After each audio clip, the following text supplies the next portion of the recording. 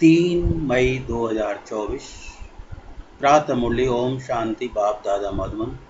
मुरली का रिवीजन प्रश्न उत्तर के माध्यम से करते हैं और आज के मुरली का प्रथम प्रश्न लेते हैं। बाबा कहते हैं, मीठे बच्चे, इस दुख धाम को जीते जी तलाक दो, क्योंकि तुम्हें सुख धाम जाना है। इसकी व्याख्या करनी है।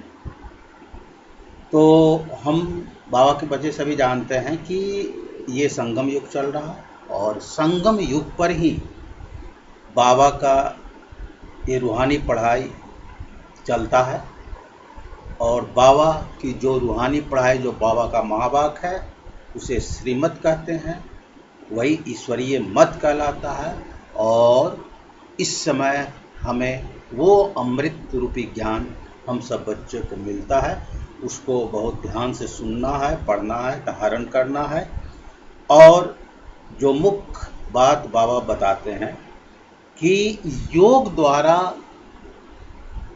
हमें संपूर्ण पावन बनना है, योग के द्वारा हमें संपूर्ण पावन बनना है। तो वैसे ये दुखधाम है, तो दुखधाम यानी ये कलयुग है।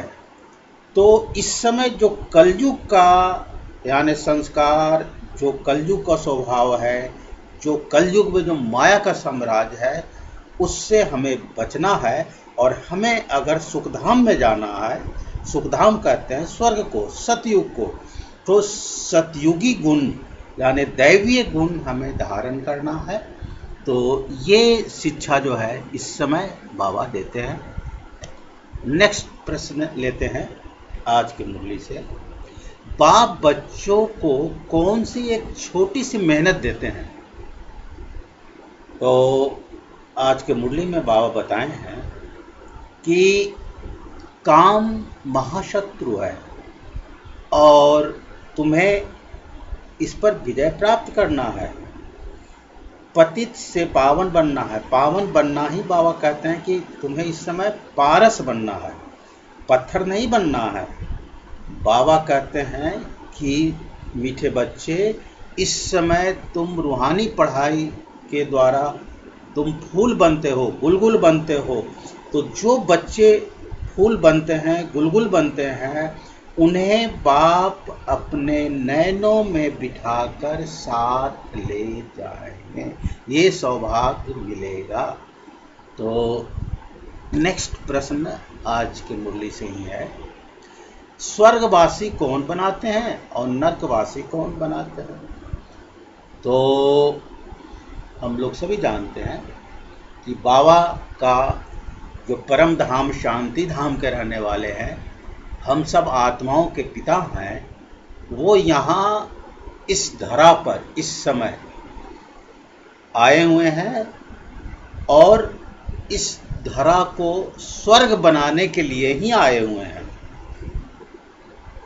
और तो यानी बाबा यानी शिव बाबा स्वर्ग बनाते हैं, स्वर्गवासी बनाते हैं। और जो रावण बाबा ने समझाया है, रावण है 5 विकार।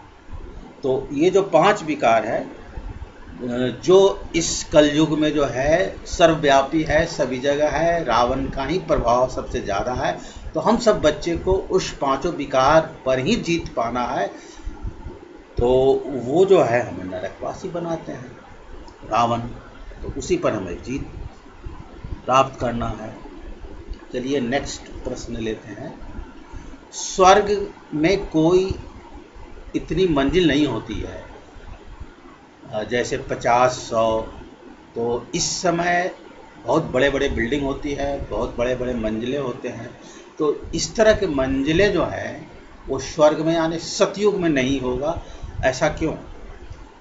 तो इसमें बहुत सिंपल बाबा बताते हैं कि चूंकि सतयुग में जो है बहुत छोटा झाड़ होता है। सतयुग का प्रारंभ जो है, जैसा बाबा बताते हैं, केवल 9 लाख से होगा और उस समय कोई अन्य धर्म नहीं होगा, केवल सनातन देवी देवता धर्म ही उस समय होगा। और वहाँ पूरे विश्व की जनसंख्या जब 9 लाख होगी तो वहाँ जमीन की कोई कमी होगी नहीं, अथाह धन होगा, अथाह जमीन होगा। और यहाँ जो ज़मीन पर जो टैक्स लगता है वो म्यूनसिपैलिटी टैक्स और तमाम टैक्स, वो सब टैक्स वहाँ लगेगा नहीं। तो और वहाँ बुद्धि जो होगी, जो आत्माएं होंगे, देव कुल के जो आत्माएं होंगे, उनकी बुद्धि सतो प्रधान होगी, देही अभिमानी स्थिति में रहेंगे। वहाँ कोई तमो प्रधान नहीं होता है। तो इसलिए कमी किसी ज़मीन का है नहीं, जो आत्मा जितना ज़मीन चाहे उतना ले सकता है। इसलिए वहाँ बड़ी इमारत मंजिल वाले भवन बिल्डिंग नहीं होते हैं, क्योंकि ज़मीन की कमी कुछ होती नहीं है। चलिए नेक्स्ट लेते हैं प्रश्न। बेहद के नाटक 5000 वर्षों की होती है, कैसे सिद्ध करना है? तो बाबा बताए हैं आज के मुरली में कि क्रिश्चियन लोग कहते हैं कि क्राइस्ट जो है 3000 वर्ष पहले, आज के 3000 वर्ष पहले आए, और इस समय 20वीं सदी चल रही है और ये संगम युग है। और इसी संगम युग पर बाबा का ज्ञान चलता है, और ये संगम युग जो है 100 साल का होता है। तो इस प्रकार ये जो बेहद का नाटक जो है, यानी जो ये सृष्टि चक्र जो है वो 5000 साल का है। और इसमें सभी लोग हम जानते हैं कि 4 युग होता है, और चारों युग बराबर बराबर होता है। 12,000 और 1250 का चारों युग होता है। तो इस प्रकार 5000 का ये कैलकुलेशन, ये गणना है जो बाबा बता चुके हैं। चलिए नेक्स्ट लेते हैं प्रश्न। बाबा ने समझाया है इस नॉलेज के लिए लायक कौन होता है, इस नॉलेज के धारण करने वाले कौन आत्माएं होंगी? तो इसमें बाबा आज के मुरली से बताए हैं कि जो आत्मा सबसे ज़्यादा भक्ति किए हैं वही इस नॉलेज को, इस रूहानी ज्ञान को समझेंगे, इस रूहानी ज्ञान को सुनेंगे। और जो देव कुल के आत्माएं होंगे, देवी घराने के आत्माएं होंगे, वही ये ज्ञान उन्हें बहुत अच्छा लगेगा। बाकी जो आत्मा इस कुल के नहीं होंगे वो नहीं समझेंगे, नहीं सुनेंगे। इसलिए बाबा कहते हैं उन पर ज़्यादा टाइम वेस्ट नहीं करना है। चलिए नेक्स्ट प्रश्न लेते हैं। फर्स्ट प्रिंस ऑफ सतयुग कौन होंगे, और वही फिर 84 जन्मों के बाद फिर क्या होगा उनका? तो फर्स्ट प्रिंस ऑफ सतयुग जो होंगे वो श्री कृष्ण होंगे।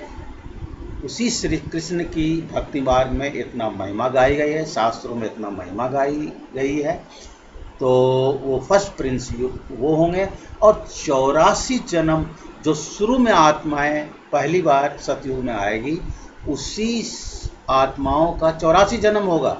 तो यानी श्री कृष्ण का भी 84 जन्म होगा, और 84 जन्म के बाद सीढ़ी नीचे उतरना ही है, यानी शतो प्रधान से फिर रजो में और फिर तमो में ये चक्र चलना ही है।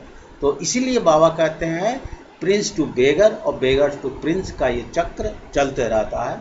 तो ये चीज़ है। और नेक्स्ट प्रश्न लेते हैं, बाप के ऑडियंस क्या है? तो बाबा बताए हैं कि मीठे बच्चे, तुम्हें पावन बनना है, संपूर्ण पवित्र बनना है, तुम्हें पतित नहीं बनना है। और तुम्हें योग के द्वारा अपने पिछले कर्मों का हिसाब किताब चुकतू करने हैं। और अगर आप अपने कार्मिक हिसाब किताब चुकतू नहीं करते हैं तो धर्मराज द्वारा फिर सजा खाकर हिसाब किताब चुकतू होगा। लेकिन उसमें एक बात होगा कि आपको पद फिर कम वहाँ मिलेगा। तो ये ज्ञान बाबा दिए हैं। और बाबा कहते हैं कि ये स्मृति में रहना चाहिए कि हम ईश्वरीय परिवार के हैं, तो आपस में भाई भाई की दृष्टि रखना है, और ये समझना कि हम बेहद के बाप के बच्चे हैं, और हम आत्माएं भ्रुकुटी के बीच में हमारा निवास स्थान है। तो ये स्मृति रखना है ताकि आप जल्दी से जल्दी देही अभिमानी बन सकें, देही अभिमानी स्थिति प्राप्त कर सकें। आज के मुरली का वरदान है बिंदु रूप में स्थित रह औरों को भी ड्रामा के बिंदु की स्मृति दिलाने वाले विघ्न विनाशक अब। और आज जो मुरली के स्लोगन है, दुआएं लो दुआएं दो तो बहुत जल्दी मायाजीत बन जाएंगे। दुआएं लो दुआएं दो तो बहुत जल्द मायाजीत बन जाएंगे। ओम शांति। आज की जो मुरली की व्याख्या की गई है, तो इसके डिस्क्रिप्शन बॉक्स में हम 2 लिंक डालते हैं। एक तो क्विज प्रश्न का क्विज का लिंक होता है, और एक चार्ट होता है, याद की चार्ट, याद और सेवा की चार्ट। तो डिस्क्रिप्शन बॉक्स से लिंक के द्वारा हम इन दोनों चीज़ का अभ्यास कर सकते हैं। ओम शांति।